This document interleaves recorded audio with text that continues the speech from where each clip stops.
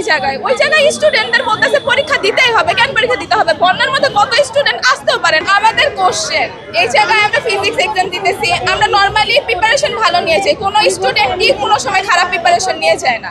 অথচ আমরা এক্সাম হলে যাই, আমরা যখন কোশ্চেন দেখি সেই জায়গায় দেখা যায় আমরা এত 1400 কোশ্চেন পড়ার পরও, এমসিকিউ পড়ার পর আমরা 5-6টা কমন পড়ে। উনি প্রশ্ন কই থেকে করতেছে? গতকালকে ফিজিক্স এক্সাম দিছি আমরা, ফিজিক্স এক্সামের মধ্যে ওই জায়গায় মিনিমাম 2টা কোশ্চেন ভুল আসছে। যদি ওনারা ভুলে দেয়, উনি তো এই শিক্ষার উন্নতি করবে, তাই না? যদি উনি শিক্ষার উন্নতি করতে চায় তাহলে ওনার কোশ্চেনের মধ্যে ভুল হয় কিভাবে? এর উপরে উনি স্টাডির দিকে কোনো ফোকাস দিতেছে না। ওনারা চাইতেছে এক্সাম হলের মধ্যে হার্ড গার্ড দিতেছে, আমাদের গার্ডে কোনো সমস্যা নাই, ওনারা কোশ্চেন ইজি করুক, কোশ্চেন ইজি করলে আমরা পোলাপানটা লিখতে পারি। আমরা নকলও করতেছি না, উনি বলে নকল হবে না, নকল হবে না। এই যুগে কিসের নকল হবে? সব সৃজনশীল প্রশ্ন এগুলা। কোশ্চেন ইজি করতেছে না, গার্ড হার্ড দিতেছে। এর উপরে আমাদের উপর বিভিন্ন ধরনের ওনার তথ্য নিয়ে আমাদের উপর চাপাই দিতেছে। কেন?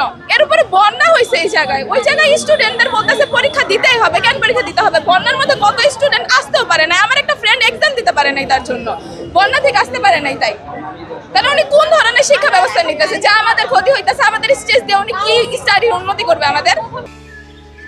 জায়গা কেনার পর কোনোদিন ভাবিনি বাড়ি দেখে যেতে পারবো।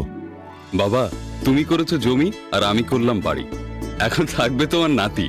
বসুন্ধরা সিমেন্টের দৃঢ় গাঁথুনি গড়েছে 3 প্রজন্মের এক ঠিকানা। শক্তির মানদণ্ডে উত্তীর্ণ বসুন্ধরা সিমেন্ট। বসুন্ধরা সিমেন্ট, প্রজন্মের বন্ধন।